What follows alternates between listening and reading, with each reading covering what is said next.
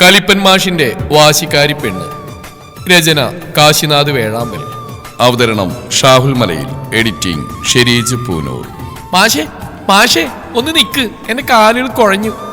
പുറകിൽ നിന്നുള്ള ആ മാഷേ എന്ന വിളി കേട്ടപ്പോൾ അവൻ നടത്തു നിർത്തി ദേഷ്യത്തോടെ അവളെ നോക്കി. ഉടുത്തിരുന്ന ദാവണി തലപ്പ് കയ്യിൽ പിടിച്ച് തോളിൽ കിടക്കുന്ന ബാഗ് ഊരി പിടിച്ച് റോഡിന്റെ സൈഡിൽ കൂടി അവൾ ഓടി വന്നു. മാഷേ എത്ര നേരം ഞാൻ വിളിച്ചു പോന്നു. ശാന്തി ചേച്ചിയുടെ വളവഴിഞ്ഞപ്പോ വിളിച്ചു പോന്ന മാഷ് എന്താ കേട്ട ഭാഗം കാണിക്കാത്ത? ദേ ഇതാണ് നമ്മുടെ കഥാനായിക, പേര് ദക്ഷ. ഇനി നമുക്ക് നായകനെ പോയി നോക്കാം. ദേ നിന്നോട് ഞാൻ എത്ര തവണ പറഞ്ഞിട്ടുണ്ട് മാഷെ മാഷെ എന്ന് വിളിച്ചു പോരുതെന്ന്. ഈ കട്ടക്കലിപ്പിൽ നിൽക്കുന്നതാണ് രുദ്രദേവ് എന്ന നായകൻ. ഇവിടെ ഇപ്പൊ എന്താ സംഭവം തന്നെ? നമ്മുടെ കൊച്ചു കുറച്ച് നാളായിട്ട് പുറകെ നടക്കുക, അതിന്റെയാണ്. വാ പോയി നോക്കാം, ബാക്കി ഉണ്ടാവോ. ആൾക്കാർക്ക് എന്നെ കാണുമ്പോൾ ഒരു ആക്കി ചിരിയിരിക്കാൻ തുടങ്ങി. അവരെ കുറ്റം പറഞ്ഞിട്ട് കാര്യമില്ല. വീട് വരെ പഠിച്ച് ജോലിയൊന്നും കിട്ടാ തേപ്പിന്റെ പണിക്ക് പോകുന്ന എന്നെ നീ ഇങ്ങനെ കളിയാക്കി വിളിക്കുന്ന ദിവസം കേൾക്കുമല്ലേ? അവനൽപ്പം ദേഷ്യത്തോടെ അവൾ നോക്കി പറഞ്ഞു. മാഷേ ഞങ്ങൾക്കൊന്ന് പഠിപ്പിച്ചിരോ ഈ കാണാൻ കൊള്ളാവുന്ന പെൺപിള്ളേരെ വളക്കാനുള്ള വഴി? കവലയിൽ വട്ടം കൂടി നിൽക്കുന്ന കോളേജ് വിദ്യാർത്ഥികളുടെ കമന്റ് കേട്ട് അവന് ദേഷ്യം അരിച്ചു കയറി. കേട്ടിലേടി ചൂലേ, ആമാരെന്നെ കളിയാക്കാൻ തുടങ്ങി. നാശം പിടിക്കാൻ. ഇനി എന്റെ പുറകെ മാഷ എന്നങ്ങനെ വിളിച്ച് വന്നാലുണ്ടല്ലോ എന്റെ കൈന്റെ ചൂട് നീ അറിയും. സിമെന്റ് മണലെടുത്ത് തഴമ്പ് പിടിച്ച കയ്യാ, ഒന്ന് കിട്ടിയമോടെ ഇളക്കം കൊണ്ട് മാറും. അവൻ കലിപ്പോടെ പറഞ്ഞു. ദാവണി തുമ്പ് മുഖത്ത് പിടിച്ച് നിറഞ്ഞ കണ്ണുകൾ അവൻ കാണാതിരിക്കാനൊന്നും പറയാതെ അവൾ മുന്നിൽ വന്നിരുന്ന ബസ്സിൽ കയറി. ബസ് സ്റ്റോപ്പിൽ നിന്ന് ആൾ കയറ്റി ബസ് എടുത്തപ്പോൾ അവൾ അവനെ നോക്കി വിളിച്ചു പോയി. ഒരടി കിട്ടിയാലും കുഴപ്പമില്ല, ഞാൻ മാഷിനെയും കൊണ്ട് പോകും കേട്ടോടാ കലിപ്പ. നീ നേരെ എടുത്തോളാം, ഒരു കുസൃതി ചിരിയോടെ പറഞ്ഞു. അപ്പോഴേക്കും ബസ് പോയിരുന്നു. മോനെ ദേവ, ഇത് പോസ്റ്റ്മാൻ നാരായണൻ കൊണ്ടുവന്ന. പണി കഴിഞ്ഞു വന്ന് കുളിച്ച് കട്ടൻ ചായം കുടിച്ചിരിക്കുന്ന ദേവന്റെ മുന്നിലേക്ക് ഒരു കവറുമായി അവന്റെ അമ്മ വന്നുകൊണ്ട് പറഞ്ഞു. ദേവൻ കവറ് വാങ്ങി പൊട്ടിച്ച് വായിച്ചു. ദേവന്റെ മുഖം സന്തോഷം കൊണ്ട് നിറഞ്ഞു. പിന്നെ പെട്ടെന്ന് തന്നെ ആ മുഖം വാടി. എന്താ മോനെ ദേവ, എന്താടാ കത്തില്? ദേവന്റെ മുഖഭാവം ശ്രദ്ധിച്ചുകൊണ്ട് അമ്മ ചോദിച്ചു. അമ്മ ഇത് എനിക്ക് പാലക്കാട് സ്കൂളിലെ മാഷയിലെ ഇന്റർവ്യൂള്ള ലെറ്ററാ.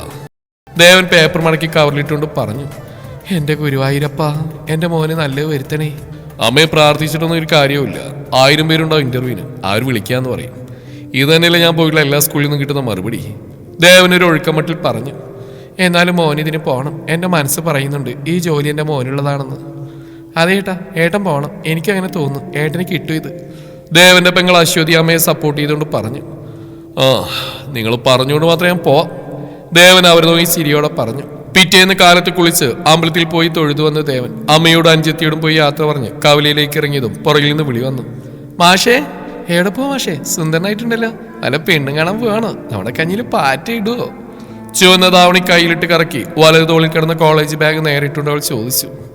നിന്റെ അമ്മൂമ്മയ്ക്ക് മുറുക്കാൻ വാങ്ങാൻ പോവാ, എന്തേ നിനക്ക് വേണോ? ദേവൻ അവളെ നോക്കി ദേഷ്യത്തിൽ പറഞ്ഞു. മുറുക്കാൻ അമ്മൂമ്മയ്ക്ക് തന്നെ കൊടുത്തോ, എനിക്ക് ഈ കൈ കൊണ്ട് ആലിലത്താലി എന്റെ കഴുത്തിൽ കെട്ടിയാൽ മതി. ആൾ കുസൃതിയോട് അവനെ നോക്കി പറഞ്ഞു. താലിയല്ല, ഒരു കയർ വാങ്ങി നിന്നെ അതിൽ കെട്ടിത്തൂക്കും ഞാൻ. എങ്ങോട്ട് ഇറങ്ങിയാലും ശകുനായിട്ട് മുന്നിൽ തന്നെ വരും. നിനക്കൊന്നും വേറെ പണിയില്ലേ വേണേ? പണത്തിന്റെ അഹങ്കാരം കുറച്ച് കൂടുതലാണല്ലോ, അതിന്റെ കേടാ ഇതൊക്കെ. വലിയ തറവാട്ടിലെ കുട്ടിയല്ലേ, ലാളിച്ചു വളർത്തിയ ദോഷം. ഞാനൊരു സാധാരണക്കാരനാ, പ്രാരാബ്ധക്കാരൻ. നമ്മളെ വിട്ടേക്ക്. നിനക്ക് പറ്റിയ പണക്കൊഴുപ്പുള്ള ചെക്കന്മാർ ഇഷ്ടം പോലെ നിന്റെ അച്ഛൻ രാവുണ്ണി നായർ കൊണ്ടുവരും. ഇനി മേലിലെ മാഷയെന്നെങ്ങാനും വിളിച്ച് എന്റെ പുറകെ വന്നാ അടിച്ചതിന്റെ പല്ല് താഴെ ഇടും. എടോടി, ദേവൻ കലിപ്പോടുകൂടി പറഞ്ഞു. ആളുകളെല്ലാവരും അവരുടെ ചുറ്റും നിരന്നിരുന്നു. ആളുടെ കണ്ണുകൾ നിറഞ്ഞൊഴുകി. ദേവൻ അപ്പോഴാണ് ഇത്രയും നേരം താൻ പറഞ്ഞെല്ലാവരും കേട്ടു എന്ന് മനസ്സിലാക്കിയത്. അവളെ നോക്കിയപ്പോൾ അവന്റെ ഹൃദയത്തിന്റെ ഒരു കോണിൽ മിഴിനീർ പൊടിഞ്ഞു. കലങ്ങിയ കണ്ണുകൾ ദാവണിയുടെ തലപ്പുകൊണ്ട് അമർത്തിപ്പിടിച്ച് ദേവനെ നോക്കാതെ തിരിഞ്ഞോടി. പാടത്തിന്റെ അരികിൽ കൂടി ഓടിപ്പോകുന്ന അവളെ നോക്കി ദേവൻ നിന്നു. ആളുകൾ അവനെ നോക്കി പിറിവിറുത്ത് കടന്നുപോയി. ദൂരെ നിന്ന് ബസ് ഹോൺ അടിച്ചു വന്നു. ദേവൻ അതിലേക്ക് കയറി പാലക്കാട് സ്കൂളിലേക്ക് യാത്ര തിരിച്ചു. യാത്രയിലും അവന്റെ മനസ്സിൽ കരഞ്ഞു കലങ്ങി അവളുടെ മുഖമായിരുന്നു. എത്ര തന്നെ വേണ്ടെന്ന് വെച്ചാലും നിലാവുള്ള രാത്രിയിൽ തന്റെ മനസ്സിലേക്ക് ഓടി വരുന്ന അവളുടെ മുഖം. തന്റെ പുറകെ നടന്നപ്പോൾ താൻ ഇഷ്ടമല്ലെന്ന് പറഞ്ഞ് ഒഴിഞ്ഞു മാറുന്നത് അവളോടുള്ള പ്രണയം കൊണ്ടാണ്. ഒരു തേപ്പുകാരന്റെ ഭാര്യയായി അവളെ കാണാൻ വയ്യാത്തതുകൊണ്ടാണ്. പ്രാരാബ്ധക്കാരന്റെ ജീവിതത്തിലേക്ക് അവൾ കടന്നു വരാതിരിക്കാനാണ്. അവളുടെ കരഞ്ഞു കലങ്ങിയ കണ്ണുകൾ ഓർത്തപ്പോൾ നെഞ്ചിൽ ഭാരമേറിയ പോലെ അവന് തോന്നി. ബസിന്റെ വിൻഡോ സീറ്റിൽ നിന്ന് പുറത്തേക്ക് നോക്കുമ്പോൾ അവന്റെ ഓർമ്മകൾ 1 വർഷം പിന്നിലേക്ക് സഞ്ചരിച്ചു. Flash back. അന്ന് കോളേജിലെ മലയാളം ഡിപ്പാർട്ട്മെന്റിൽ താൽക്കാലികമായി ഗസ്റ്റ് ലെക്ചറായി വന്നതായിരുന്നു ദേവൻ. BEd കഴിഞ്ഞ് ജോലി അന്വേഷിക്കുന്നതിൽ കിട്ടിയ ഒരു ചെറിയ ഒഴിവ്. ദക്ഷ അന്ന് 1ാം വർഷ ബിരുദ വിദ്യാർത്ഥിനിയും. ഒരു ദിവസം വൈകുന്നേരം ക്ലാസ്സുകൾ കഴിഞ്ഞ് കോളേജ് ലൈബ്രറിയിൽ തന്റെ മലയാള അസൈൻമെന്റ് പൂർത്തിയാക്കാൻ പാടുപിടിയായിരുന്നു ദക്ഷ. പുസ്തകങ്ങൾക്കിടയിൽ തലപോച്ചിരിക്കുന്ന അവളെ കണ്ട് ദേവൻ അങ്ങോട്ട് ചെന്നു. അവളുടെ നോട്ട് ബുക്ക് വാങ്ങി നോക്കിയ ദേവന്റെ മുഖത്ത് പെട്ടെന്ന് ദേഷ്യം നിറഞ്ഞു. എന്താണോ ഇത്? സ്വന്തം മാതൃഭാഷയിൽ 2 അക്ഷരം തെറ്റില്ലാതെ എഴുതാറിയില്ലേ? അക്ഷരത്തെറ്റുകൾ മാത്രമല്ല, ഈ വാചകങ്ങൾക്കൊരു ജീവനുമില്ല. പണത്തിന്റെ അഹങ്കാരത്തിൽ കോളേജിൽ വന്ന സമയം കളയാതെ വല്ലതും പഠിക്കാൻ നോക്കൂട്ടി എന്ന് പറഞ്ഞവൻ ആ നോട്ട് ബുക്ക് മേശയിലേക്ക് ഇട്ടു. ആദ്യമായിട്ടായിരുന്നു ഒരാൾ അവൾ അങ്ങനെ ശാസിക്കുന്നത്. അവളുടെ കണ്ണുകൾ നിറഞ്ഞു. അത് കണ്ടപ്പോൾ ദേവന്റെ കലിപ്പ് പെട്ടെന്ന് അലിഞ്ഞു. അവനൊരു കസേര വലിച്ച് അവളുടെ അടുത്തേക്ക് ഇരുന്നു. എന്നിട്ട് ആ നോട്ട്ബുക്ക് എടുത്ത് അവൾക്ക് മനസ്സിലാവാത്ത ആ വിഷയത്തെക്കുറിച്ച് വളരെ മനോഹരമായി ലളിതമായി അവൻ പറഞ്ഞു കൊടുത്തു. തെറ്റുകൾ തിരുത്തി അസൈൻമെന്റുകൾ പൂർത്തിയാക്കാൻ അവൻ അവളെ സഹായിച്ചു. പുറമേ ഗൗരവക്കാരനാണെങ്കിലും അറിവിന്റെ കാര്യത്തിലും കരുതലിന്റെ കാര്യത്തിലും അവൻ വലിയവനാണെന്ന് അവൾക്ക് തോന്നി. അവൾ വിസ്മയത്തോടെ ആ മുഖത്തേക്ക് നോക്കിയിരുന്നു. പോകുമ്പോൾ അവളുടെ ചുണ്ടുകൾ അറിയാതെ മന്ത്രിച്ചു. താങ്ക്സ് മാഷേ. ആ വിളി അവൻ ഇഷ്ടപ്പെട്ടെങ്കിലും അവൻ ഗൗരവം വിടാതെ അവിടെ നടന്നു നീങ്ങി. ഗസ്റ്റ് ലെക്ചറുടെ താൽക്കാലിക ജോലി കഴിഞ്ഞ് അവൻ പോയെങ്കിലും അവളുടെ മനസ്സിൽ ആ മാഷ് സ്ഥിരമായി കയറിക്കൂടിയിരുന്നു. പിന്നീട് അവന് ജോലി സ്ഥിരപ്പെടാതെ കൂലിപ്പണിക്ക് പോയി തുടങ്ങിയപ്പോഴും ദക്ഷ അവനെ അന്വേഷിച്ചെന്ന് ആ വിളി തുറന്നു. അവന്റെ കലിപ്പുകൾക്ക് മുന്നിൽ തോൽക്കാൻ തയ്യാറല്ലാത്ത അവളുടെ പ്രണയത്തിന്റെയും വാശിയുടെയും തുടക്കം അവിടെ നിന്നായിരുന്നു. ഡോ എന്തോന്ന് ആലോചിച്ചിരിക്കാൻ താൻ? പറഞ്ഞ സ്കൂളെത്തി ഇറങ്ങുന്നില്ലേ? ഞങ്ങൾക്ക് പോയിട്ട് വേറെ പണിയുണ്ട്. കണ്ടക്ടറുടെ വിളിയിൽ ദേവനൊന്ന് ഞെട്ടി എഴുന്നേറ്റു. സോറി ഏട്ടാ. അവൻ അയാളെ നോക്കി ബസ്സിൽ നിന്ന് ഇറങ്ങി. നെല്ലിമരങ്ങൾ നിറഞ്ഞിരിക്കുന്ന സ്കൂളിലേക്ക് ദേവൻ നടന്നു ചെന്നു. അവിടെ ഇന്റർവ്യൂവിന്റെ ലക്ഷണങ്ങളും ദേവന് കാണാൻ കഴിഞ്ഞില്ല. ഇനി സ്കൂള് മാറിയ ഭഗവതി. അവൻ ഇന്റർവ്യൂ കാർഡ് എടുത്ത് നിവർത്തി നോക്കി. ഇത് തന്നെയാണല്ലോ സ്കൂള്. അവൻ ഓഫീസ് റൂമിന് നേരെ നടന്നു. അവിടെ ഇരിക്കുന്ന പ്യൂണിന്റെ കയ്യിൽ കാർഡ് കാണിച്ചു. അയാൾ അകത്തേക്ക് പോയി. 5 മിനിറ്റ് കഴിഞ്ഞ് തിരികെ വന്നുകൊണ്ട് പറഞ്ഞു, ആ ഇയാളോട് ചെല്ലാൻ പറഞ്ഞു. ദേവൻ അകത്തേക്ക് ചെന്നു. ആ ദേവനല്ലേ? അകത്ത് കസേരയിലിരിക്കുന്ന അല്പം കഷണ്ടി കയറിയ ഒരാൾ ചോദിച്ചു. എന്റെ പേരെങ്ങനെ അറിയാം? ദേവൻ അല്പം മടിയോടെ ചോദിച്ചു. തന്റെ പേരിൽ ഞാനാണല്ലോ ദേവ കാർഡ് അയച്ചത്. താൻ ആ കസേരയിലിരിക്കെ. ഞാൻ ഇവിടുത്തെ ഹെഡ് മാസ്റ്റർ വേണു. മുന്നിൽ കിടക്കുന്ന കസേരയിലേക്ക് ചൂണ്ടിക്കൊണ്ട് വേണുമാഷ് പറഞ്ഞു. ദേവനൊന്നും മടിച്ച് കസേരയിലിരുന്നു. ദേവൻ BEd വരെ പഠിച്ചിട്ടും ജോലിക്കൊന്നും ശ്രമിച്ചില്ലേ? ഒരുപാട് ശ്രമിച്ചാ വേണുമാഷെ. എല്ലാവരും വിളിക്കാന്ന് പറയും, പിന്നെ ഒന്നും കാണില്ല. എന്താ ദേവ മുഖം വല്ലാണ്ടിരിക്കുന്നത്? ദേവൻ ആള് സ്മാർട്ടാണെന്നാണല്ലോ കേട്ടറിവ്. ഇപ്പൊ എന്തു പറ്റി? വേണുമാഷി ദേവൻ നോക്കി ചോദിച്ചപ്പോൾ ദേവനൊന്ന് ഞെട്ടി വേണുമാഷിനെ നോക്കി. എന്താണോ താനിങ്ങനെ നോക്കുന്നത്? തന്നെ കുറിച്ച് എല്ലാം അറിഞ്ഞുകൊണ്ട് എന്നെ അവിടെ മാഷിന്റെ ഉള്ളിലേക്ക് വിളിച്ച്. ഇവിടെ ഇന്റർവ്യൂ പോലും തോന്നുന്നില്ല, അതാ ഞാൻ നോക്കിയത്. ദേവൻ പുഞ്ചിരിയോടെ പറഞ്ഞു. ഈ ജോലി ദേവനുള്ളതാ. അത്രയോ ആ കുട്ടി ദേവന് വേണ്ടി എൻ്റെ അടുത്ത് റെക്കമെൻഡ് ചെയ്തിട്ടുണ്ട്. പിന്നെ ദേവന്റെ സർട്ടിഫിക്കറ്റ് എല്ലാം ഞാൻ കണ്ടു. ഫസ്റ്റ് ക്ലാസ് ഉണ്ടല്ലോ എല്ലാത്തിലും. ഇത്രയും ബ്രില്യൻ്റ് ആയ ദേവൻ സാധാരണ തേപ്പണിക്ക് പോയി ബുദ്ധിമുട്ടെന്ന് കേട്ടപ്പോൾ എനിക്കും തന്നെ ഒന്ന് ഹെൽപ്പ് ചെയ്യണം തോന്നി. അതാ ഇവിടെ മലയാളം മാഷിന്റെ ഒഴിവ് വന്നപ്പോൾ തനിക്ക് ലെറ്റർ അയച്ച്. വേണുമാഷി ചിരിച്ചുകൊണ്ട് പറഞ്ഞു. ആരാ മാഷി എനിക്ക് വേണ്ടി റിക്വസ്റ്റ് ചെയ്ത്? ദേവൻ ആകാംക്ഷയോടെ ചോദിച്ചു. അത് തൻ്റെ നാട്ടുകാരി തന്നെയാ ദക്ഷ. എൻ്റെ മകൾ അമ്മുവിൻ്റെ കൂടെ ആ കുട്ടി കോളേജിൽ പഠിക്കുന്നത്. വീട്ടിൽ വരുമ്പോഴൊക്കെ ആ കുട്ടിക്ക് പറയാനുള്ളത് തന്നെ കുറിച്ചാ. ദേവന്റെ ജോലി കൊടുക്കുമെന്ന്. അങ്ങനെയാണ് ഇവിടെ ഒഴിവ് വന്നപ്പോൾ ദേവന്റെ കാര്യം ഓർമ്മ വന്നത്. വേണുമാഷ് പറഞ്ഞപ്പോൾ ദേവന്റെ മനസ്സിലേക്ക് അവളുടെ മുഖം ഓടിയെത്തി. മാഷേ എന്ന വിളിയും. ദേവ എന്താണ് ആലോചിച്ചിരിക്കുന്നത്? ഇതാ തനിക്കുള്ള അപ്പോയിന്റ്മെന്റ് ലെറ്റർ. നാളെ തന്നെ ജോലിക്ക് വരുമല്ലേ? വരൂ, ക്ലാസ് കാണിച്ചു തരാം. വേണുമാഷിന്റെ വിളിയിൽ ദേവൻ അവളുടെ ഓർമ്മയിൽ നിന്ന് ഉണർന്നു. മാഷിന്റെ പുറകെ പോയി. ദേവന് ജോലി കിട്ടിയതറിഞ്ഞ് അവന്റെ അമ്മയ്ക്കും അനിയത്തിക്ക് ഒരുപാട് സന്തോഷമായി. ദേവൻ മനസ്സിൽ ദക്ഷയോട് ഒരുപാട് നന്ദി പറഞ്ഞു. രാവിലെ പതിവിൽ നേരത്തെ കുളിച്ച് റെഡിയായി ബസ് സ്റ്റോപ്പിലേക്ക് നടന്നു. ദക്ഷയൊന്നും കാണാറുള്ള സ്ഥലങ്ങളിൽ ദേവൻ നോക്കി. അവളെ അവിടെയൊന്നും അവന് കാണാൻ കഴിഞ്ഞില്ല. കവലയിൽ ബസ് കാത്തിരിക്കുമ്പോൾ പുറകിൽ നിന്ന് മാഷി എന്നുള്ള വിളി ദേവൻ പ്രതീക്ഷിച്ചു.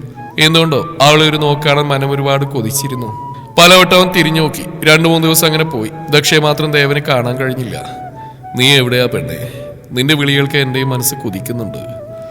ആകാശം നോക്കി മുൻവശത്തിന്നിൽ കിടക്കാൻ ദേവന്റെ അരികിലേക്ക് അവന്റെ അമ്മ വന്നു.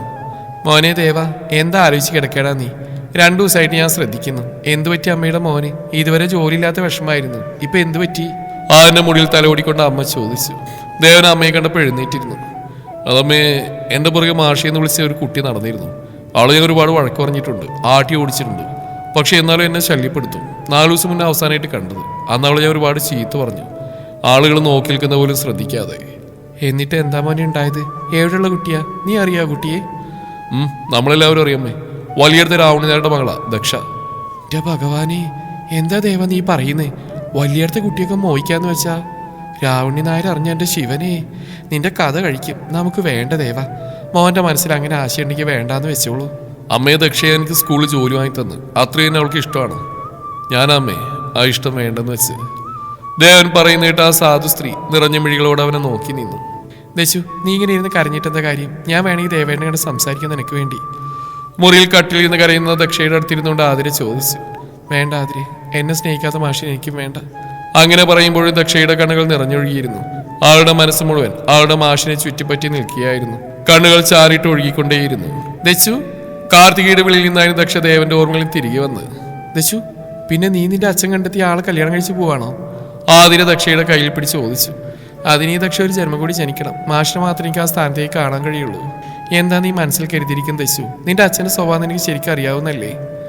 മാഷ് വരുമെന്ന് അവസാന നിമിഷം വരെ ഞാൻ നോക്കും. ഇല്ലെങ്കിൽ ദക്ഷ ഭൂമിയിൽ ഉണ്ടാവില്ല. പിന്നെ തിച്ചു നീ എന്തൊക്കെയാടി പറയുന്നേ?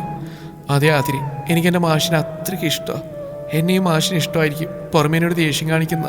ആ രാത്രിയിൽ അപ്രതീക്ഷിതമായി ദേവന്റെ വീട്ടിലേക്ക് ഒരു കാർ വന്നു നിന്നു. കാറിൽ നിന്ന് പുറത്തിറങ്ങിയത് വലിയടുത്ത രാവുണ്ണി നായരും കൂടെ രണ്ടുപേരുമായിരുന്നു.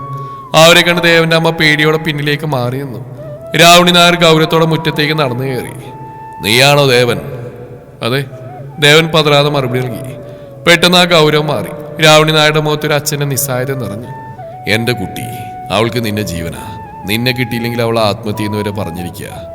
പണവും പ്രതാപവും ഒക്കെ എനിക്കുണ്ടെങ്കിലും എൻ്റെ മകളുടെ ജീവനേക്കാൾ വലുതല്ല എനിക്കതൊന്നും.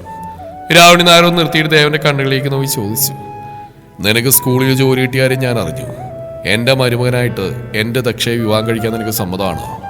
പ്രതീക്ഷിക്കാത്ത ആ ചോദ്യം കേട്ട് ദേവനും അമ്മയും അമ്പരം നിന്ന്. ദേവന്റെ കണ്ണുകൾ സന്തോഷം കൊണ്ട് നിറഞ്ഞു.